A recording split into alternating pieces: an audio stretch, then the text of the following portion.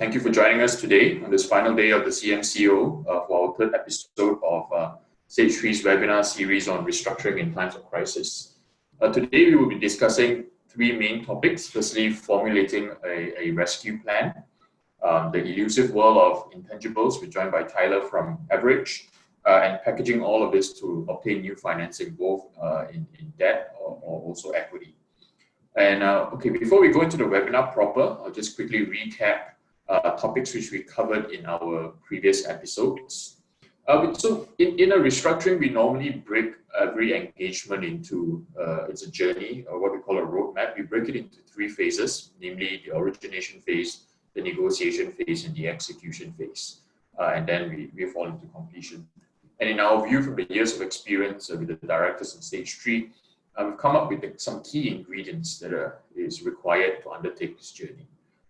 Firstly, having the right mindset is crucial. The mindset of acceptance, and then having also the effective leadership, which also must include a setup such that people can, or your organization is able to make decisions very swiftly. Because in times of distress, in times of crisis, making these decisions very quickly is crucial. Having the right people and the right advisors in your team in order to help you pick the right options and also develop the optimal strategy that actually suits your situation. Okay, so it's always a tailored situation. It's never a one-size-fits-all. It's something that is we will tailor to your company.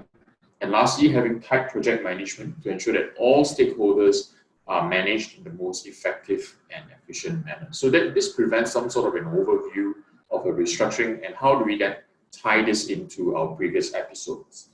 In the first episode, we covered the importance of adopting the right leadership mindset.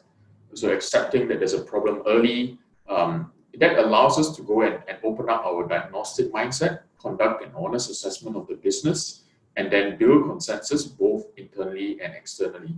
So in terms of the roadmap, this falls within the origination phase. And in terms of key ingredients, you can see that it's important for both from a mindset and a leadership perspective. In the next episode, we were joined by two very well-known lawyers, Sitpa and Suhindran, who discussed the restructuring options that were available and also some of the key legal considerations. And over in there, the panelists put forward a very credible case that for large corporations to restructure, the most effective method was a twin approach, which was a combination of CDRC for the financial institutions. For those who are not familiar, it stands for the Corporate Debt Restructuring Committee, and also a Section 366 formal scheme of arrangement for the non-FI creditors. And again, within the roadmap, this falls within the origination phase, and it forms part of the methodology and skills. So getting the right team in place, the right lawyers, the right advisors, the right investment bank in order to advise you to build a tailored approach.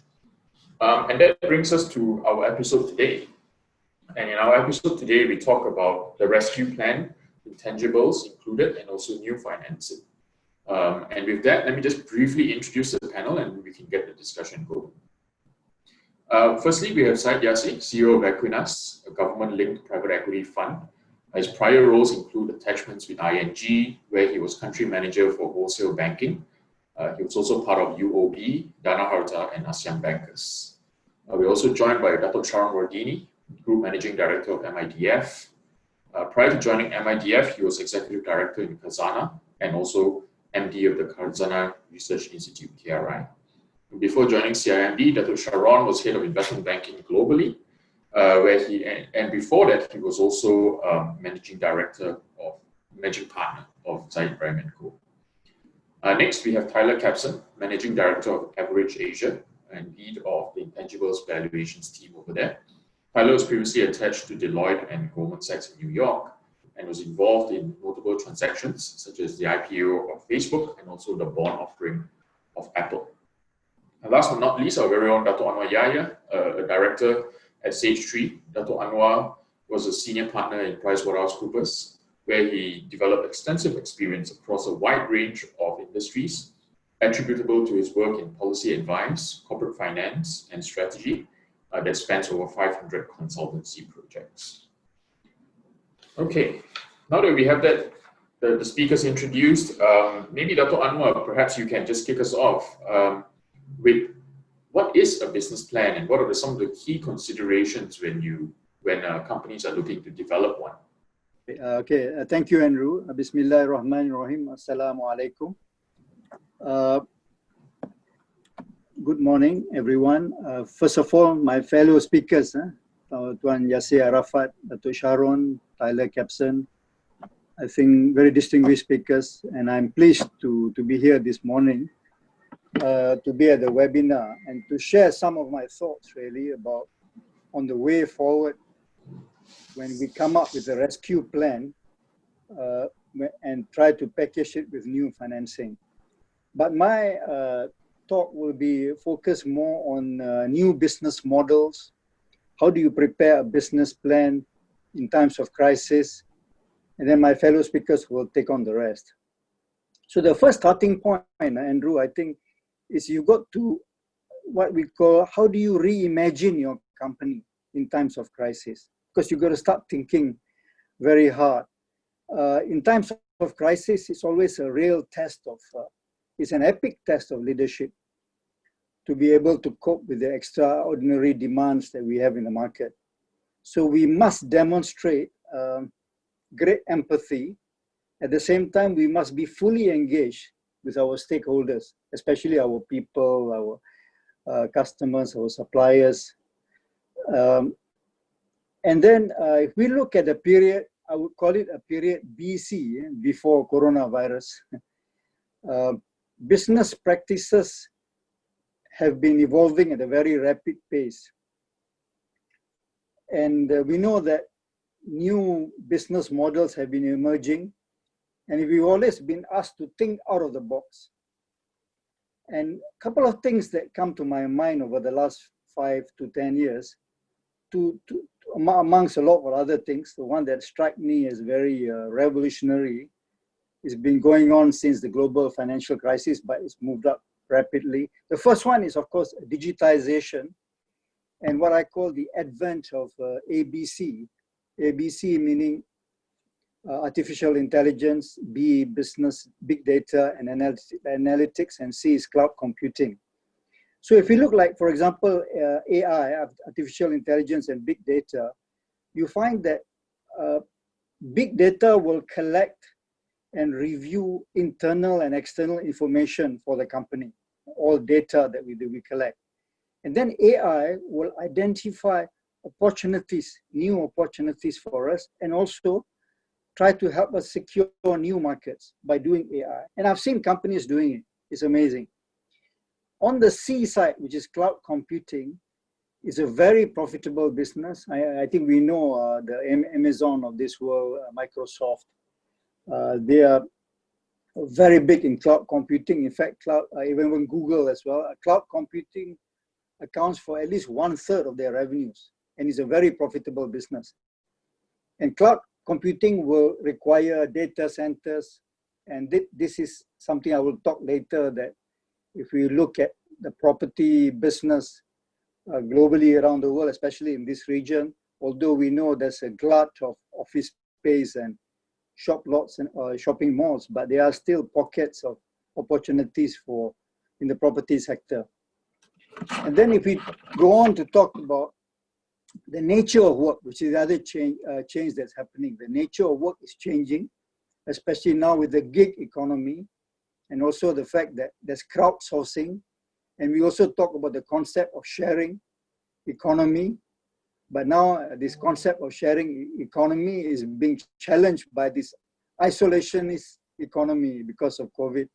So I think that's another battle that we have to overcome. But you know, in a crisis, normally you start off with a liquidity problem, and then it slowly or quickly evolves into a solvency situation if things drag on. So, but before we talk about business plan, let me just talk about business continuity first. And you know, and on business continuity, I would like to highlight 4 areas that companies should start adapting in this new environment. Can we put on the first slide?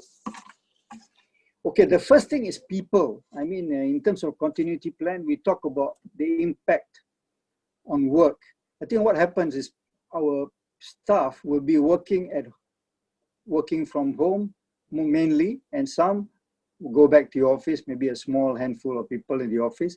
But the most important thing is the health of these people. We've got to make sure in times of crisis, they are safe, they are healthy to work, and they need whatever help that needs to be given.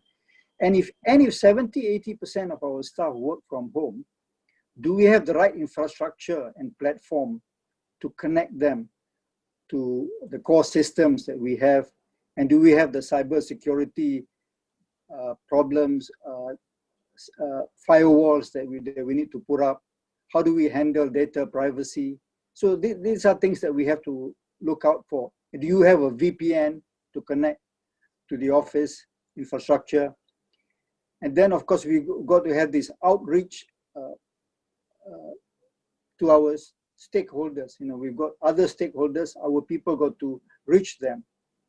And then we need to have emergency communication systems as well, because sometimes your main systems could be in trouble. And what do you do? I mean, people use, for example, blast text, they call it. And finally, you must have feedback and evaluation to see are there any problems in terms of the connection with our people. Moving on to the next slide, it's go on to the next slide. Customers, again, one of the most important things is, of course, we want to reset our business as usual communication activities, because now business is not as usual. So we want to make sure that we have clear communication on changes to our business, especially if we talk about the health of our facilities, the health of and safety of our products. People want to know, are your products going to be okay to be used? And we need communication strategies. I mean, we need, for example, CEOs and the C-suites got to engage key clients, and we need multi-channel mechanisms to reach to our customers. Using e-commerce, using all kinds of digital mechanisms besides the usual physical access. And then clients also want to know what's happening to our location, our hours of working, our delivery. And also they want to know, are we still producing the products that we are producing, or do we have to reduce the number of products? So these things that we have to look at, and also feedback from clients. Moving on to the next one, it's also, we look at finance and operations, also very important, because we need to have a crisis management control tower, which is manned by people who can call the shots. And then we must optimize our digital platform, because there will be spikes in volume. And how do we handle spikes in volume if there are demand for certain products happen, excessive demand? And then we talk about constant assessment of supply side activities. We've got to look at our inventories, look at our supply chain, and make sure that things are there. And then we revisit our staffing models. Maybe it's time to look at crowdsourcing as opposed to having large numbers of staff. And then we have to have also a clear assessment of our financials. What's our balance sheet like? What is it going to look like? Again, in times of crisis, the first thing that we must do is to stop the bleeding. The thing is, companies bleed money. How do we stop the bleeding? That's the first thing we need to do. And then lastly is community. I think we got to engage with the external community. We got to be transparent, share information. And we also have to support medical professionals and also effort relief measures for the community, and also helping other businesses if we can who are in trouble. Okay, moving on to the next slide. Okay, this is we're talking about the business plan itself. Sorry, before that, is that one on the honest assessment of your business? Yeah, Dato, I think that was good. I mean, there's a lot of stuff which you covered there in terms of AI, big data, cloud computing. Companies that actually did invest in digitalization prior to or what you are terming DC, before coronavirus, definitely reaping the rewards from all of this. But for those of them, like for example, the traditional brick and mortar retail companies, print media and all that, they would then they will be facing liquidity issues, probably also solvency issues. And that is where, the rescue plan package with new financing and also consideration of intangibles does tie in. So from that point of view, if businesses were to start, with a blank sheet of paper, what are the key considerations when they are actually looking to formulate a business plan or rescue plan, if you were to call it? Okay, I think as we put up on the slide there, we got to think of it as if it's a startup. So we are back to the launch phase, really. And even in government, in times of crisis, the government got to start looking at zero-based budgeting. No more on the normal budgeting where, you just keep on spending and you got to start from scratch again. What do we really need to do? So businesses got to look at coming in from scratch. And then we got to also initiate relevant discussions with key stakeholders. I think that's key. You must have an idea what do you want the company to ultimately be down the line. And then you got to look at the values. When you look at company values, and we talk about teamwork and being passionate and being integrity, those are well and good stuff. But in times of crisis, we got to be lean. Value, lean. We got to be agile. We got to have urgency and speed. And we got to have empathy. So these are things that we got to look at differently now. A new kind of thinking. And then if we move on, we determine our core and non-core business. I mentioned earlier about make sure we stop the bleeding as the first thing that we need to do. And then look at our businesses. What sort of core businesses do we have? What are the non-core segments? What do we want to keep? What are the assets that we want to keep? What are the assets that we don't want to keep? And then we talk about honest assessment of the business. Going to the next, so honest assessment of the business. If you can click on to the honest assessment, is there? Yeah.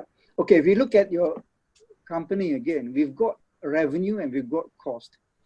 And in both sides, we can see that you got to ask yourself, what is the problem that the company is facing? Is it an industry problem or is it a company-specific problem? Because if we talk about industry problem, industry, of course, they're cyclical. I know we know some business, they are cyclical and some are secular or systemic issues. So we got to be clear on what are these. Some industries are already in secular decline. And we can see that this will accelerate and may even end up with demise. I mean, I think let's look at, we know about office space and retail space.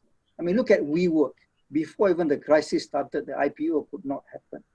I think there's just that the concept of having large scale size offices is, I think, gone. Retail space as well. And we're going to have this situation. In fact, some property analysts are saying that we're going to have this problem in the country and for the next 4 or 5 years. But there are pockets of opportunities. I mentioned things like data centers. When people do cloud computing, they need data centers. Companies need data centers. We need industrials, logistics. When we have online business, e-commerce. So those are interesting stuff that there are opportunities. Company-wise, if you talk about operating, yes, I think revenues could be under threat. I think if you got to look at your lines of products or offerings that we have and what are the ones that you can continue to provide to your clients. In terms of cost, again, same issue. Is it cyclical? Is it secular? I mean, we look at a classic example again of motor car manufacturers producing ventilators for the hospitals, and we talk about LVMH, producing disinfectants for the short period of time just to cater for certain situations. So you got to be smart, think out of the box, got to be quick to look into opportunities. And on the operation side, I think operation side, there's lots of challenges, especially on the supply chain planning side, but people will have to start doing things like autonomous planning, where you have control tower planning, where you use AI to gather data, accurate data, and come up with scenario planning. all that stuff can be done if we look at these two things that we have to do. Can we go back to the earlier slide? Okay, and then moving on, I think, so then we have an honest assessment of the EBITDA multiples. What sort of earnings can we get over the next couple of years? I know we know COVID times, the situation is it could be 2 years before we find a vaccine. We've got to live with this 2 years and maybe a few years after that. So what sort of productivity do we have on the next few years? I mean, I've seen companies doing maybe 50% level of productivity over the MCO period, then moving on to 70% now, and hopefully doing 80% before end of the year. But we're still not doing 100%. So you got to be realistic about your earnings. What sort of earnings multiple, because that will dictate the valuation that you have on the company. And then you got to have, again, as I said, a frank discussion with your stakeholders, and also look at execution. Execution, again, we talk about strategy, operations, and people, but do not miss out culture. I think leaders are there to create a culture for companies so that the companies can move on. No, thank you, Dato. So every business is sort of facing a cyclical problem and also a secular problem. But for business leaders in that sense, they really have to think of how they can use this tangible and intangible assets that they have and basically reimagine, is what you pointed out, and shift their business into something that attracts better returns or suits the taste of the consumers going forward. But then, when you speak about EBITDA multiples, discussion with stakeholders, getting buy-ins of the people, operations, strategy, and so on. So, I guess two questions. One is, how long do businesses have to create this business plan? And secondly, can they wait for more clarity to emerge first, given that there's so much uncertainty surrounding us today? Yeah, okay. I think to answer your question, I think, Andrew, we don't have much time. I think if you ask me, my view, we must develop a roadmap within a maximum period of 2 months. That's the most. We really don't have time. And it fits in with the CDRC requirement as well. CDRC, when you go to them, they want something up within 2 months. So speed, as I mentioned, is a value that's very important for companies in times of crisis. Speed of execution, critical. Staff got to start urgently and involved. So the values have to change. Values that the organization wants to instill into their people have to change. Gone are the good old days where you can take your time and to think about what you want to do. Now you got to think fast, get it done quickly. So 2 months, Andrew, the best that we can do. Okay, talking about raising new financing again. I think what's needed is what does the balance sheet is going to look like post restructuring? Then you got to start with the end in mind. What sort of assets are you going to have? What are the assets that you're not going to have? Impairment issues, valuation issues. Because I've seen cases where valuers come in and value certain assets based on market or even based on forced selling value, whereas the real value is maybe even less than half of the forced selling value in terms of crisis. So you got to be prepared to look at that. So the strength of balance sheet is important. How do we strengthen the balance sheet? And then look at the ownership structure. How strong is the ownership structure? And we need to quickly get back to the growth path. So very important, once you know what sort of assets, what sort of businesses you want to do, how do you get back quickly to the growth path? And this is where new capital will be required. New debt for capital will be required. And banks, I must say that banks that agree, that has approved certain restructuring schemes, should support the debtors with new monies, if you ask me. I'm sitting on a bank as well, board director of a bank. And I'm of the view that the problem that sometimes banks have is because the restructuring side of the business of the banks is different from the lending side. So sometimes they don't talk to each other. So they don't see that you need both of them to get things done, not just one side. So I would say that, you know, institutions with a privileged banking license must support government policies and you know, and must play their part in their role, especially when you talk about developmental finance. Like it or not, we still need development money for projects and for businesses. Patient capital is what we call it. So banks have to play their role, not just to agree to the restructuring, but make sure that we can support it all the way. I think Dato Charon can share his thoughts about this. So banks do look for new equity to be injected. So sometimes it comes from new investors, come from the current promoters of the company, but and also sometimes the government will come in to loan new money. I think the government has come up with $50 billion ringgit scheme to help companies. But again, if the government were to put in money, there must be conditions. Like there must be no dividend payment, no bonuses to staff, you know, all these are important.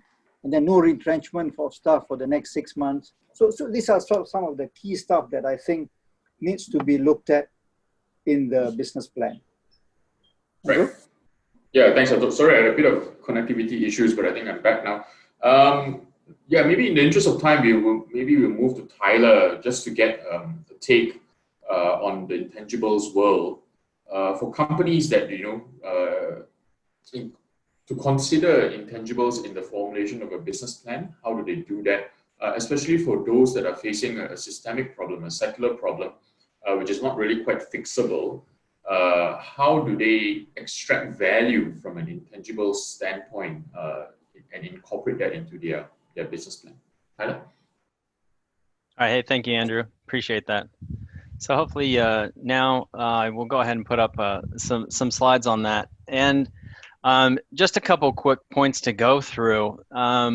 Dato, thank you so much for those comments, because it ties very well into the concept of understanding, how your balance sheet needs to work, understanding valuation, how to really defend your company value. And one of the ways that my firm helps and looks at that, I'm a chartered valuer and appraiser with the Singapore Accountancy Commission. Our firm is in Singapore, Australia, New Zealand, and we do what we say is intangible asset. We are an intangible asset specialist, all right? And what that means is we help companies to identify their intangible assets. We help them to identify the risks around those assets, help them to value them so that they can then go out in the market and do something with it. And the reason this is important is we kind of start here is, 40 years ago, if you look at the S&P 500, the majority of value sat in tangible assets. Strong balance sheets, fixed assets. And if you look over the past 40 years, the majority of value has actually transitioned into intangible assets. And those intangible assets are everywhere. Most companies have them as platforms or relationships, designs, networks, content, brands. These are what we call the blood that actually makes companies profitable. These are the blood that keeps companies going. Being able to build a building these days or get access to capital isn't always that tricky. But being able to get access to capital to acquire the right assets is the hard part. Making sure you have the right data, making sure you have the right people. Those are the becoming the more difficult things to come by. And the interesting thing is that most companies, auditors, and management teams still focus a lot of time tracking fixed assets. If I were to ask how many people have a fixed asset register, the majority of you would raise your hand. But if I ask how many have an intangible asset register, the answer is significantly lower. And in fact, I've only had a few companies ever that have a specific register for their intangible assets.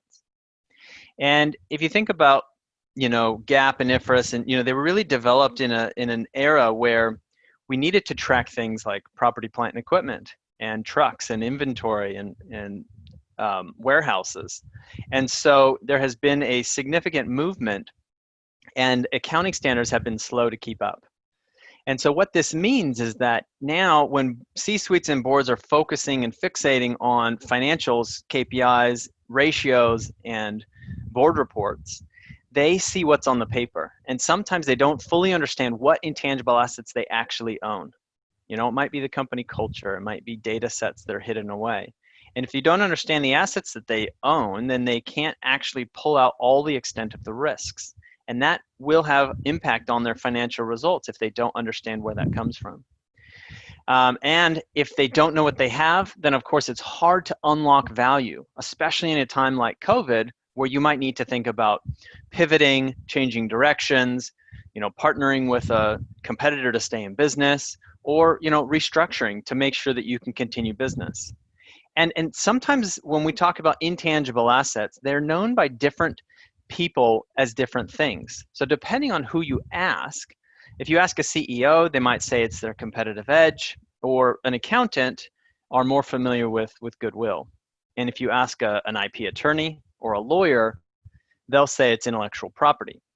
And no matter what it's referred to as, these are the assets that can actually drive real change in businesses, because these are the things that actually drive margins and or drive market share. So a couple just two quick case studies. This is a company that I worked with, and it was selling their business after 30 years. And an investment bank went in and said, look, these guys are probably worth about 4 times EBITDA. And Datuk, you know, he spoke about multiples. Understanding where your multiples is very key and critical. And in this case, the owner said, look, yep, this looks familiar for another financial services company, which we were. But we then took the assets that were not recognized, in this case it was a data set, and introduced them to an insurance, into the insurance industry. Now the insurance industry was very, very interested in the data, and they ended up acquiring the business for 32 times earnings. The second then is a capital raise that we helped run. We did a valuation on a company that was pre-revenue. This was a company called AirTrunk, back in about 2016. And they came to us and they said they got a valuation done from one of the big 4 accounting firms. And they said the biggest valuation they'd get is about 40 million. And under that, because they were building massive data centers, they needed significant capital spend. Large CapEx amounts were required to buy the land, the buildings, for this to work at scale. We did the valuation and we looked at the CEO's, his networks, his relationships, brands, and helped them to actually get a raise off. The first round, we valued them at about 80 million, and then it ended up being 400 million is what they ended up raising after a few rounds, and they had a debt facility from Goldman Sachs for 750 million.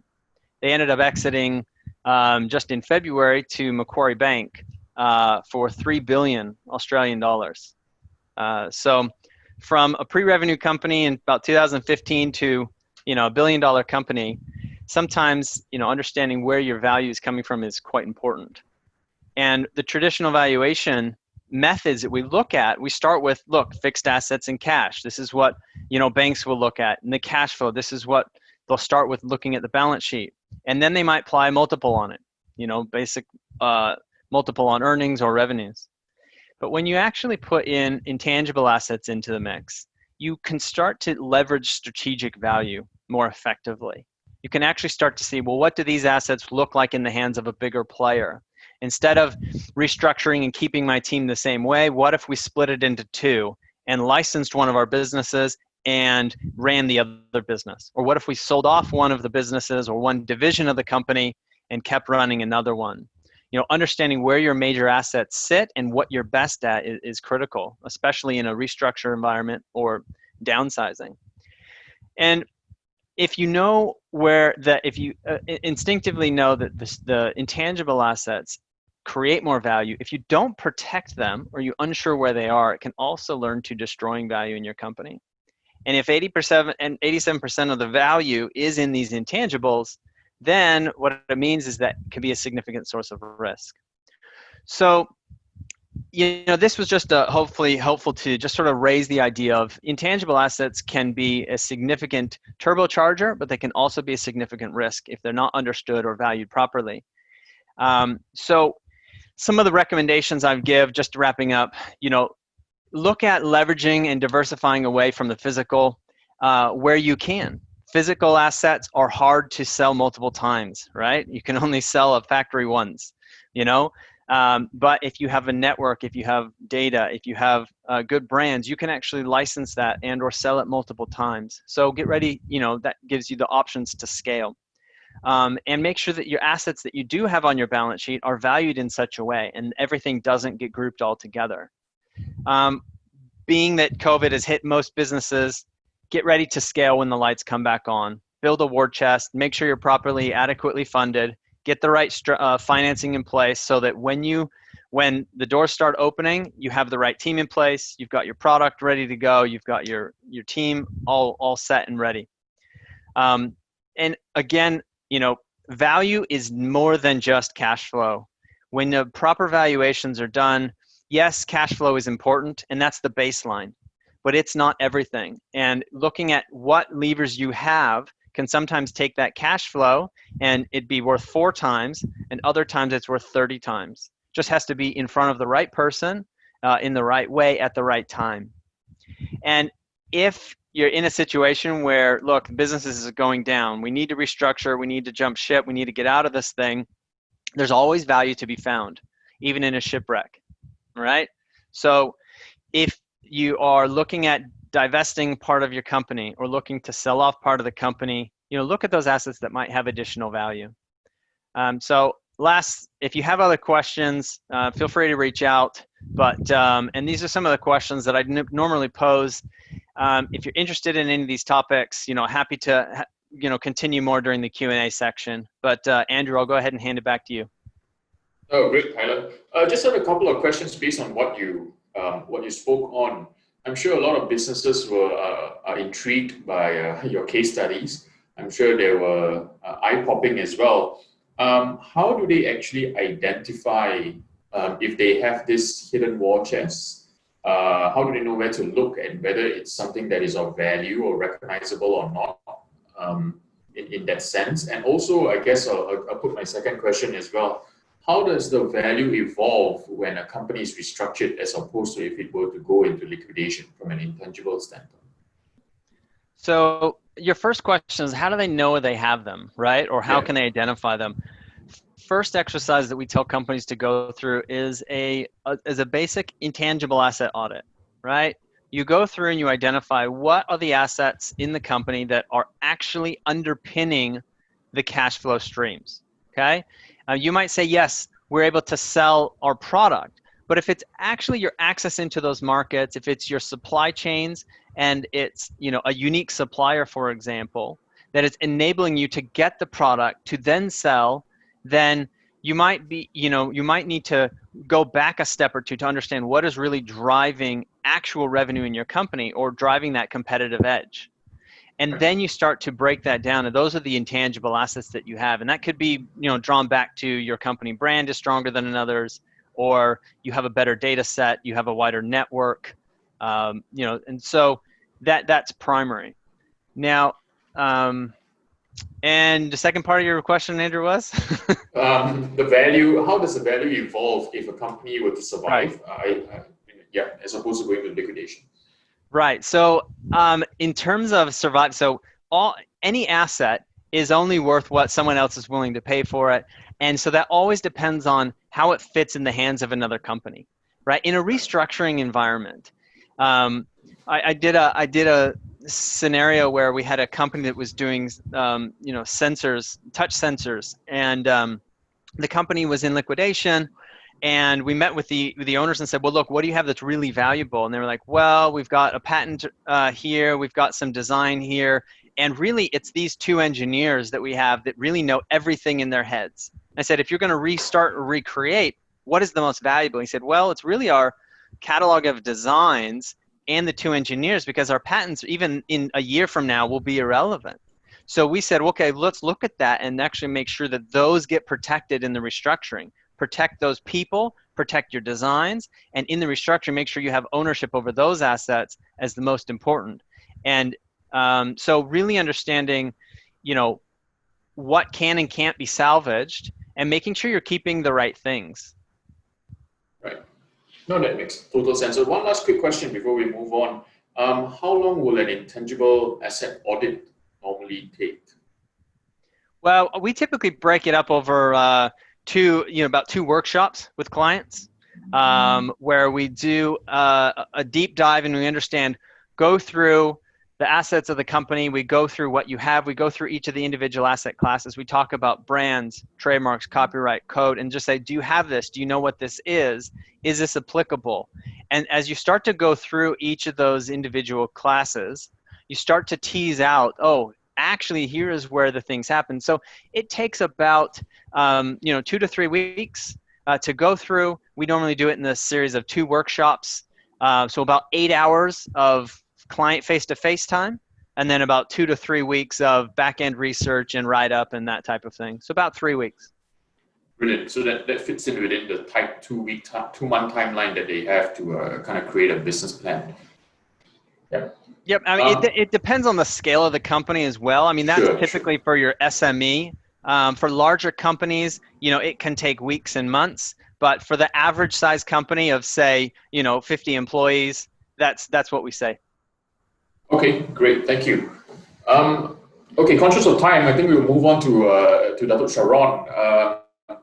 Maybe I put you on the spot first, Dato. Firstly, if you can respond to Dato Anwar's comments that banks have some sort of a moral obligation to borrow or to lend to companies who have restructured, especially if they were the lender and they supported the restructuring.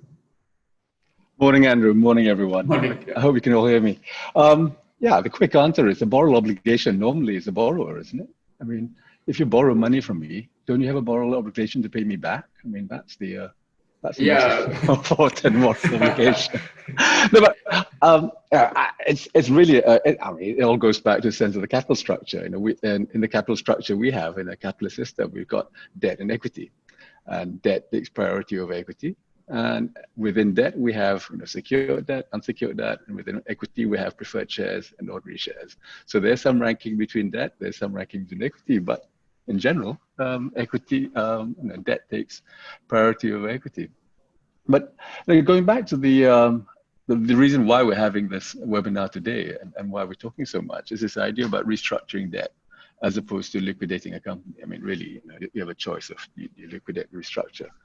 And for that, we should think about what drives this. And I think what Tyler said just now earlier about intangible assets gives a way of thinking about this. So you restructure a business because it's worth saving. And what I mean it's worth saving is that if it's not worth saving, they might well just sell off all the assets. So for example, if it's a factory, and might as well just sell off the plant and machinery, and someone else can buy the plant and machinery and do something with it.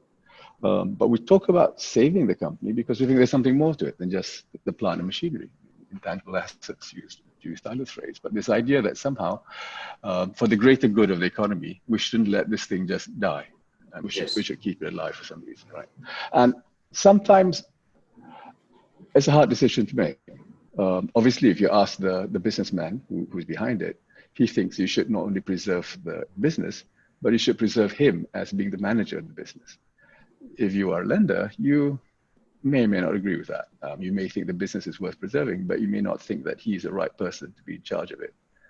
In which case, your restructuring might take the position of, I'll preserve the assets of the company, I'll preserve the workforce, I'll preserve the suppliers, but equity holders get zero because I don't think you are the right equity holder. In other situations, you may think that actually it's just bad luck. This is good management, good company, it's bad luck. They just need some money to tide them over. And okay, so we'll keep the whole thing going and tide them over. And that's the kind of thinking we really need to have about restructuring and get it very clear in our head. Like if I could just step back a bit. We started wanting to do this big webinar because we feared that post-COVID there'll be this string of insolvencies, and yes. we really need to restructure things. And we're quite justified being worried, right? Lockdown came. We didn't know whether there'd be a collapse in demand because people were out of work, or people just don't want to spend more, or all these businesses which depend on lots of people coming to them, like hotels and restaurants, will just cease to survive. So we're very worried. But maybe we shouldn't have been worried. Andrew, if you look at where the markets are today, the S&P 500 is now positive for 2020. If you look at KLCI today, we're only about 50 points short of being positive for 2020. So maybe we're all too pessimistic. Maybe we don't have to talk about restructuring because all things will go back to normal. So that's another thing. But just keeping on this idea of why we're having this conference, we haven't seen the full extent of COVID because of the loan moratorium. And, exactly. So until once that loan moratorium finishes, then we'll have a better idea of how companies are doing. Now, Andrew, you had a few other questions you wanted to ask me, but I don't know, do you have time to go through this, or do you want me to stop here? Or maybe we just go. One of the questions that we get inquiries, a lot of inquiries on this, is the 50 billion ringgit Dana Jamin guarantee facility. Firstly, what are the criteria for companies or corporations to qualify to borrow from this facility? Because we've heard that it is for corporations that are affected by COVID-19 for working capital purposes and a maximum of 500 million. How do you determine really what is the criteria of a company affected by COVID? And working capital is such a wide definition. What about essential capex for companies that are in oil and gas? Dry docking is essential for the ship. Does that fall under the net of working capital? Do you have any insights on this? No, I mean, those are excellent questions, and we've made some inquiries about this, and of course, there's a presentation which Dana Jamin gave to all the banks, which I think is available. So in the first place, it's for 20 million upwards, up to 500 million, which means it's not an SME facility.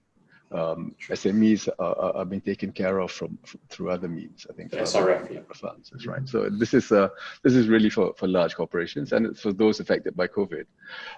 I guess, to make the case you're affected by COVID can't be too difficult. If you show what your revenues were pre-COVID and show your revenues post-COVID, I think it's quite easy to make the case that you have been affected by COVID. And again, working capital, I think short of something which is a major acquisition or starting a new line of plant machinery, I'm sure most things can come within working capital. But what is not clear is the thinking behind how this money is to be allocated. 50 billion ringgit is a lot of money, but it's still not enough to save every single company in Malaysia if every single company in Malaysia affected by COVID were to apply, right? And so what the government has to do and what people in the know have to do is there's going to be some kind of triage. Just like in a hospital, you have to do a triage, and here you have to do a triage as well. Which businesses are worth saving, and how do you decide which businesses are worth saving? It's not just a matter of the business model. It may be you decide that I just have to let you die because the money is needed with some other company, and I don't know. Before this. I'll take one example, hotels, right? Many hotels are closing down because they don't seem to think there's a future for them. Now, if a hotel company were to go to Dana Jamin today and with lots of, good track record, et cetera, would it be the best use of the limited capital which Dana Jamin has to support this hotel? I don't know. I don't know what the criteria is, and do you look at the number of jobs? Do you look at the long-term prospects of hotels? So I don't know how it goes. But to go back to this, yes, it is a great idea that this thing is there. So it's 80% guaranteed by Dana Jamin. So if you lend $100, Dana Jamin will guarantee 80. And the bank still has to bear the risk of the $20. Yeah. I suppose the evaluation process of, what you're referring to as triage falls within the banks, because the banks are the ones who will front, and Dana Jamin will just... Well, the banks will apply. The banks will apply, and every bank will make the case that my patient deserves deserves help. Yeah. Right. But when Dana Jamin itself decides on allocation, it's not just a credit issue. It's a kind of, where you've got 50 billion ringgit. What is the best way to to utilize it, and who should you save? Yeah. Okay. Yeah. No, great. Maybe we'll come back to a few other questions during the Q&A. We'll just move on to Yasir to get his thoughts on what we've been discussing so far. But thank you, Dato. We'll speak again. Pleasure. Yeah. Yeah, Yasir, we can bring you in. I just wanted to gather your thoughts on basically when you are looking to invest into a company, what are the kind of things you look out for in a business plan? Okay, I think for us, Andrew, to begin with, I think there are a couple of things that we look at. I think the first thing is we always first try to understand, I think Dato Anwar did mention, try to understand why the business got into a distressed situation in the first place. I think this required looking into the business and understanding the business model, sources of revenue, cost structure, sources of funding, and so forth. In practice, most distressed PE buyers look for good companies with poor balance sheet, right?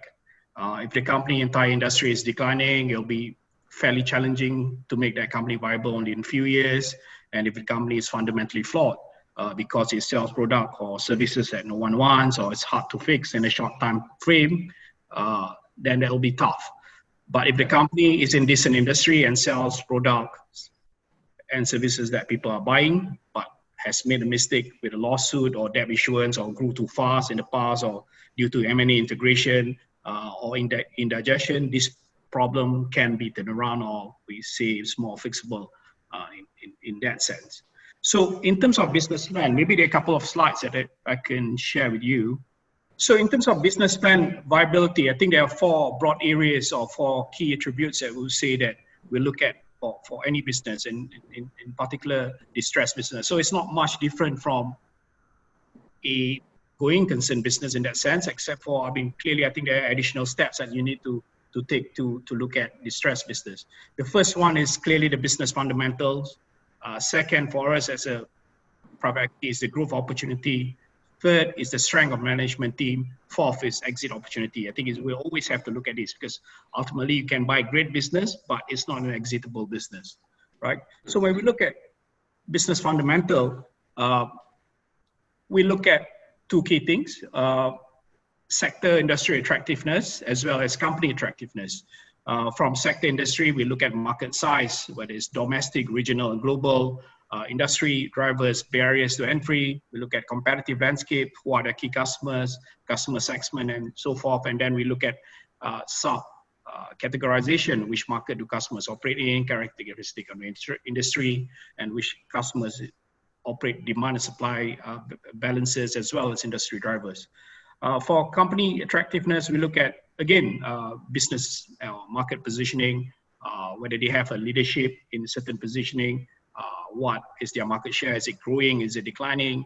Do they have pricing power, or are they just price taker? From products, competitive edge, do they have any product differential at all?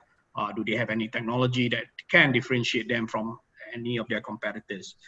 Financials, I think a lot of people talk about potential of their company, but not many actually delivered. So I think it's important to look at their track record in the past, how they manage their cash flow, margins, balance sheet, gearing, and non-operational matters as well. And then when we look at the business fundamental itself, we look at the financial projections, which are core to PE valuation and goes beyond tool for valuation.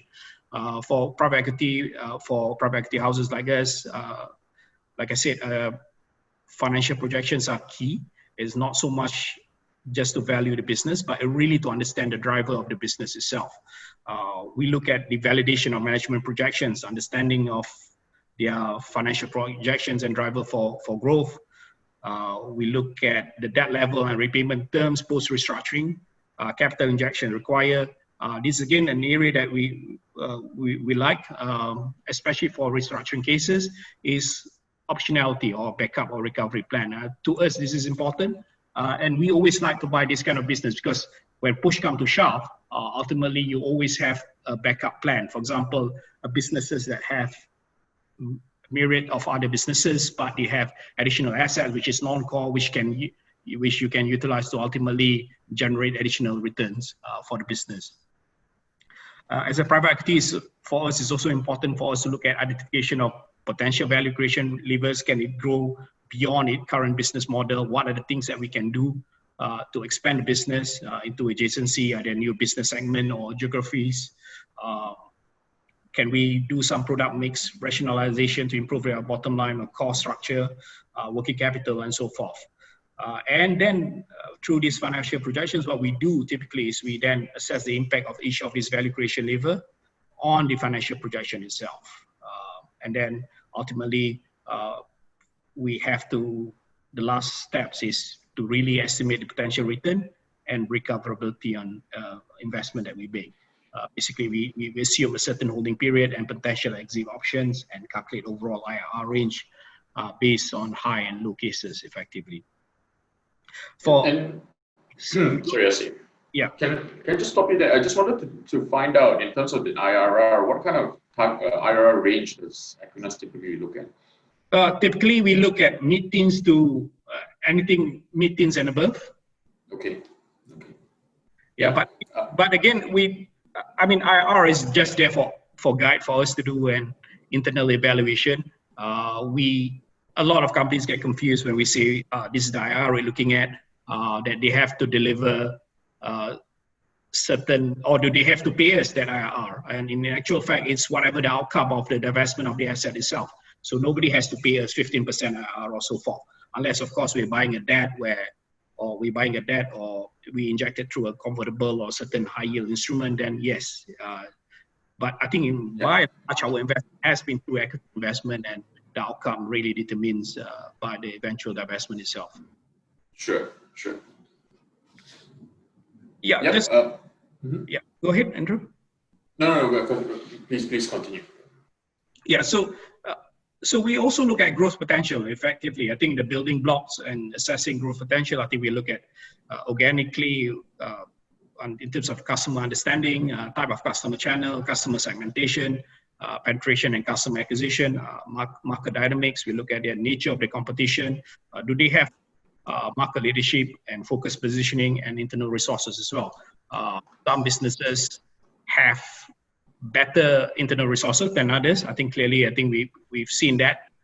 And I think that's a very important element in terms of assessing the internal talent or internal resources to grow that business. Because what it means is that if you don't have existing internal resources, whether in the forms of physical or financial assets, a fair bit of work needs to be done. Clearly, I think injection of new capital to increase either capacity or utilization or reinvestment need to be undertaken.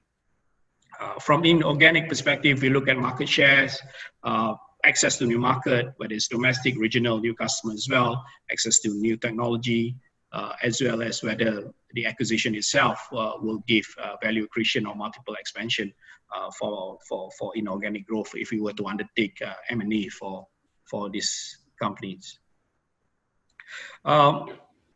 Equally important point is the strength of the management team. Typically for CEO, important key attribute is to have somebody with vision, strategy, leadership, execution track record, senior management, operational and financial capabilities.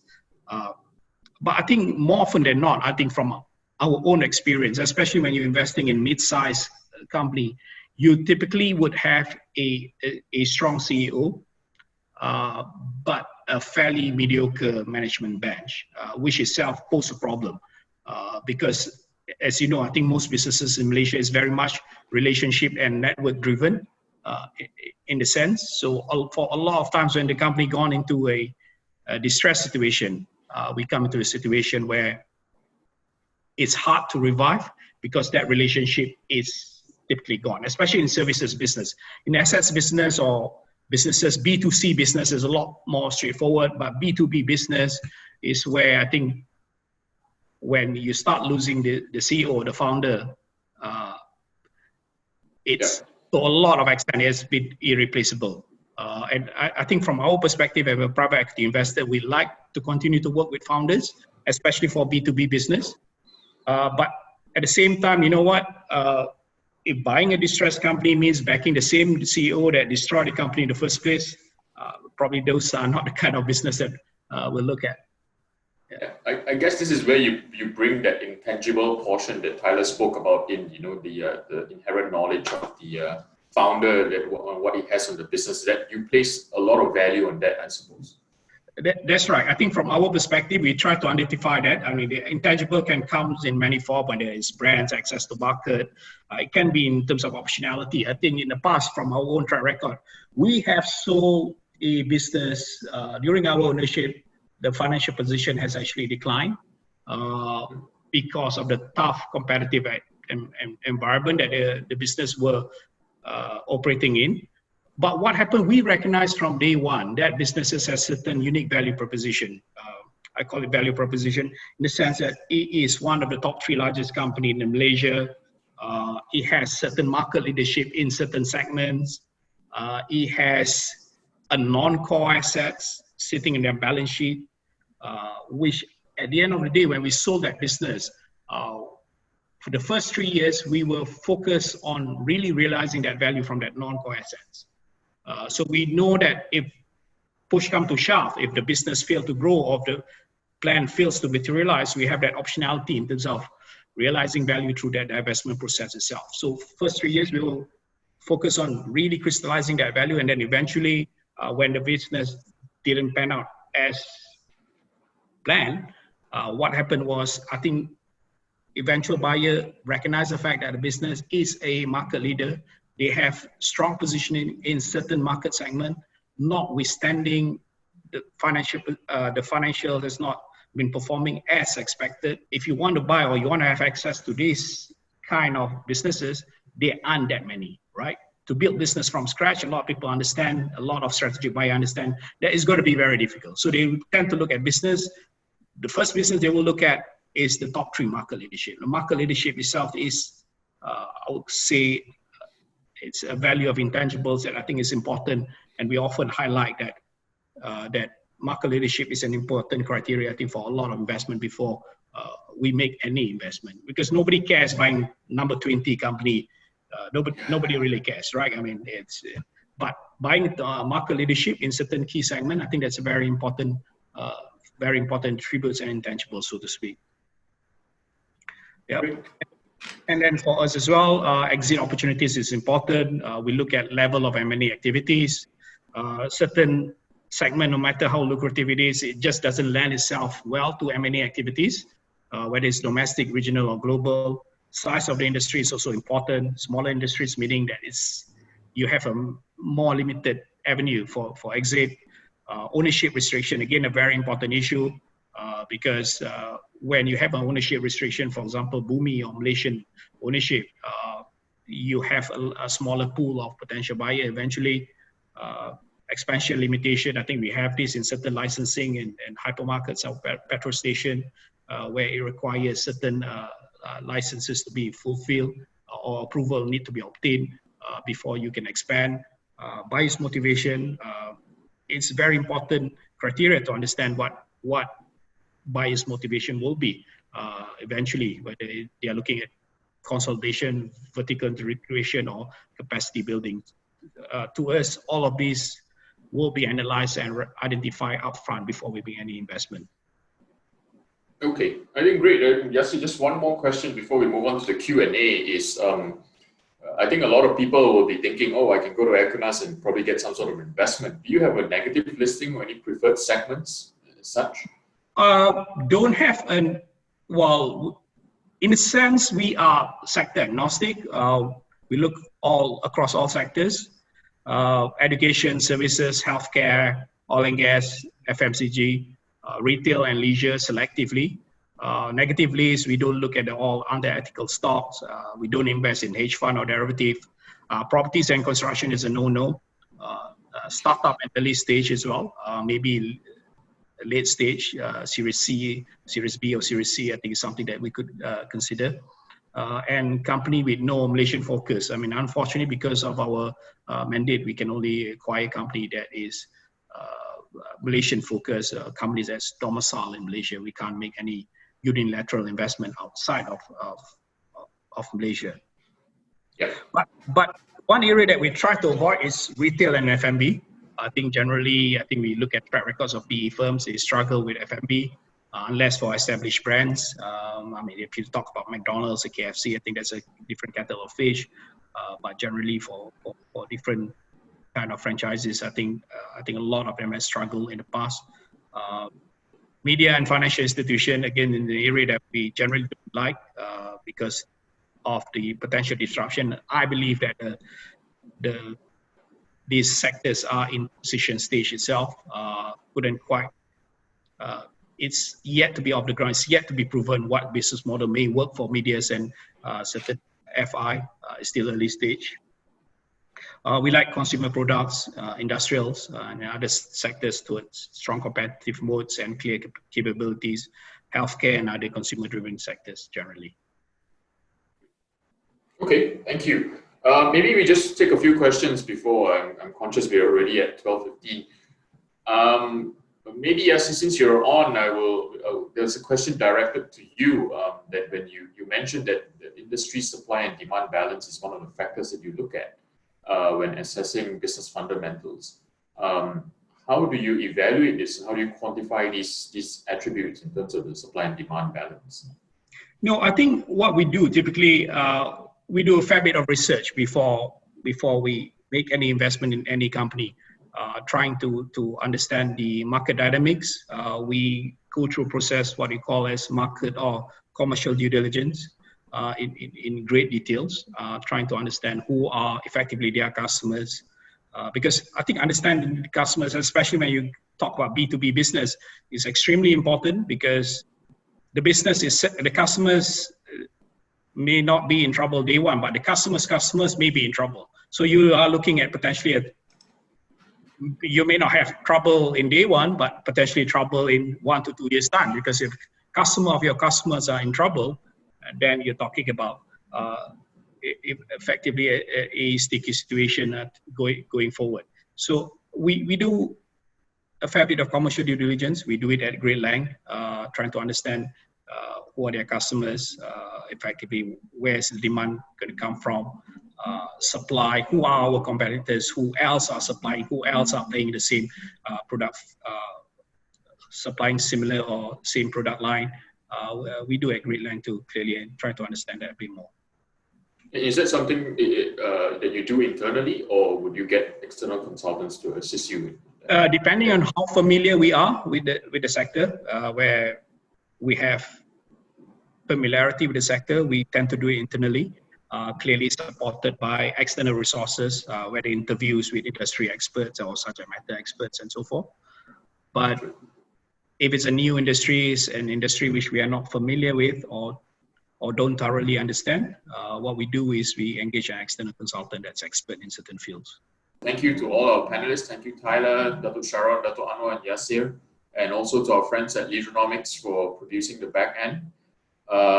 Thank you to everyone who joined us today. I hope you found the session useful. And if you have any questions, please feel free to get in touch with us. Also drop by our website, sage3.com.my.